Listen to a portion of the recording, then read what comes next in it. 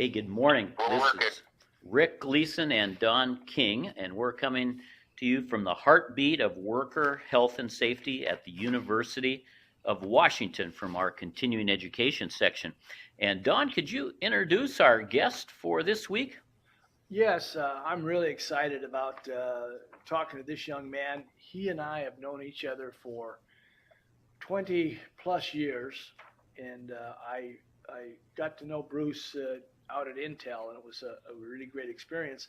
So I'm going to introduce him now as this is Bruce Madsen. He's been out in the industry doing back prevention and back education for close to I don't know, somehow I got 30 years or 25 or 30, and he can tell us. But he's the owner and founder and president of High Tech Sports Therapy Associates Inc. So without further going on, I'm going to say good morning, Bruce.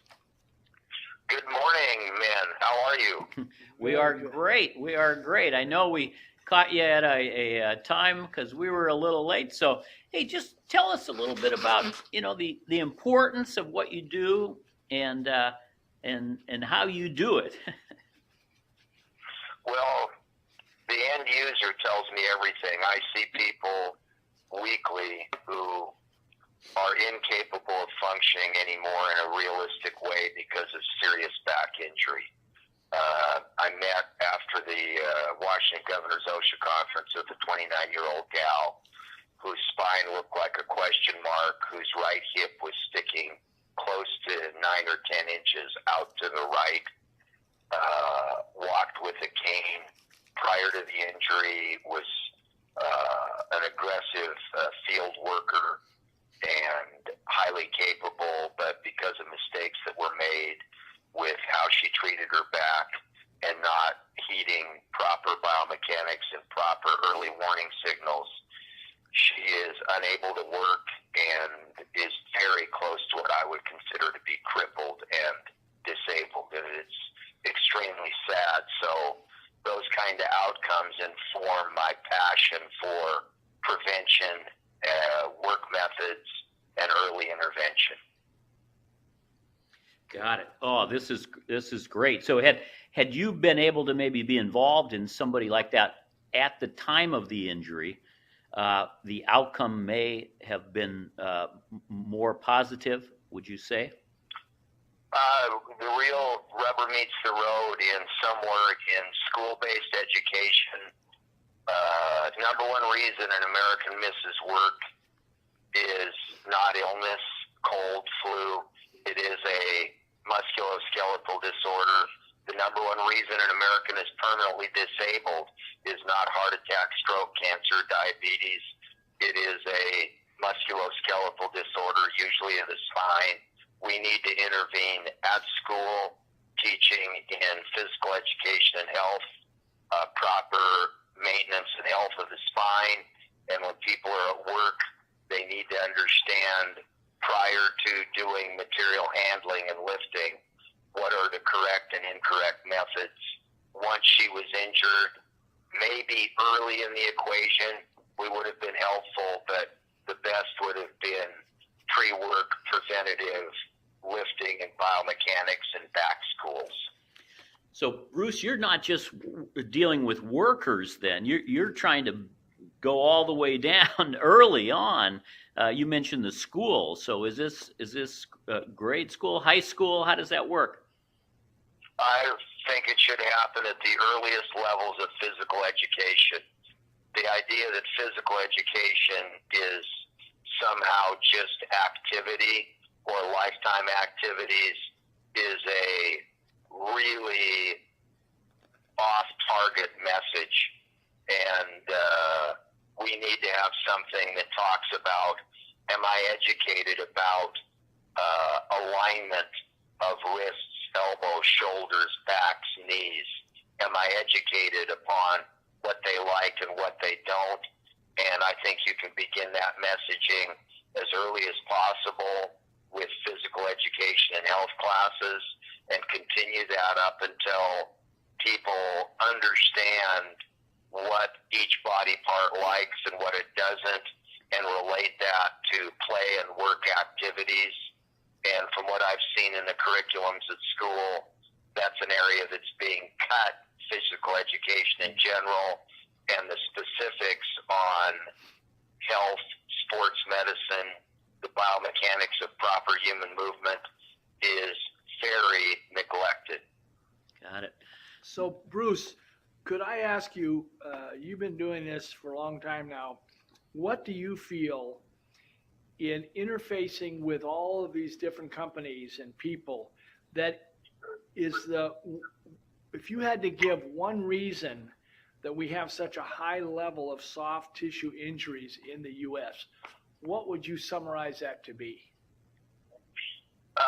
I've been doing this 36 years in corporate America, over 173 of the Fortune 500 companies, Boeing, Intel, Nike, United Grocers, Safeway, British Petroleum, ConocoPhillips, Southern California Energy, Puget Sound Energy, lots of companies. There's two factors. Anytime a body part breaks or is injured, there was a structural load placed on it that caused that injury. So the worker needs to understand two things. Where is the load? Okay, the item I'm lifting is a load. My upper body weight, when it leans forward, puts a load on my low back. They also need to understand their capacity. So I met with the sports medicine staff at UCLA, and they said when you took the foot and rotated it to its end range of motion, putting a slight twist on the knee, and then applied 5 pounds of pressure, that's all that it took to tear an anterior cruciate ligament. So people need to understand how twisting and lifting is bad for the spine, how a disc ruptures up to 11 times easier from rotational pressure than it does from downward compression, and they need to understand what their capacity is and elevate their capacity to tolerate work. So over 12,000 Los Angeles County firefighters were looked at for their fitness for duty. They were given a test. Then we looked in the rearview mirror of the injury history of those 12,000 people. Those in the best shape were compared to those in the worst shape. Both groups passed the test. 7 times more on-the-job injuries in the worst conditioned Los Angeles County firefighters compared to the best conditioned Los Angeles County firefighters in terms of frequency of on-the-job injuries. So we must gain capacity and workforce through conditioning programs, and we must teach preferred work methods so that people don't move in ways that are hostile to the body. Great. Wow, good advice. Absolutely, absolutely. And Bruce, how you doing for time? Is your meeting about to start, or how you looking? Yeah, we got about 2 minutes. All right. Okay. Well, Bruce, we really appreciate you giving us information, and we are going to be in touch with you some more because obviously there needs to be some more efforts put into this throughout. And Rick and I are part of, University of Washington outreach program, which they take these things on very seriously. So we need to really get a message out there based off of what you just told us. So we're going to continue to be in touch with you and engage in some programs that we can get moving here in the state. And I can't wait. And you guys, what you're doing needs to happen. What we're doing needs to happen. When the information is given at a company to a worker, the response, if they are in some distress, is overwhelmingly positive. I wish I would have heard about you 10, 15, 20 years sooner is the most common thing I hear. People are clamoring for this, and I think through education, through the University of Washington, through the public school systems, through what you're doing with your podcast, we can begin to start to solve this Rubik's Cubes, and I appreciate you guys letting me be on. all right. Thank you so much, Bruce. Hey, we will let Thank you go. We're just going to wrap up here. And so this has been Rick Gleason and Don King with the Heartbeat of Worker Health and Safety. And I'm going to see if Don might have one last word of wisdom, and then we'll sign off. Well, I think Hippocrates had a great saying that I think is appropriate for what we've been listening to today, and that is, natural forces within us are the true healers of disease. Very so good. That kind of sums up where we need to go in our lives out here in our daily methodologies. Makes so much sense, Don. Thank you to all our listeners. And again, this is Rick Gleason and Don King saying aloha. take care. All righty. Thank you. Bye. I was young and feisty, never did things by the book. Just let me get my toolbox and I'll take myself a look. I climbed up on the dozer and with my mechanic's pride said, you can keep it running, friend, while I poke around inside. Shake hands with danger, meet a guy you ought to know. I used to laugh at safety, now they call me Three-Finger Joe.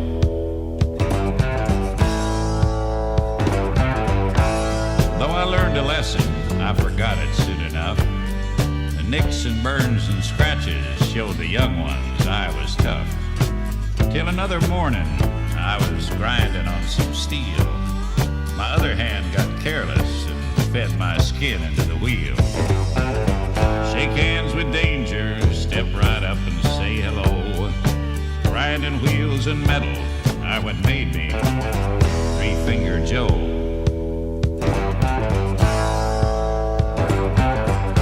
I've seen mechanics burning and I've seen them take a fall just to save themselves a minute. I've seen them lose it all. I've watched them courting trouble, seen them take a chance and lose. They get careless for a moment, spend a lifetime with the blues. Shake hands with danger. Shake hands with danger. Shake hands with danger. Shake hands with danger. Shake hands with danger and some friends I used to know. Compared to them, I'm lucky to be just Three-Finger Joe.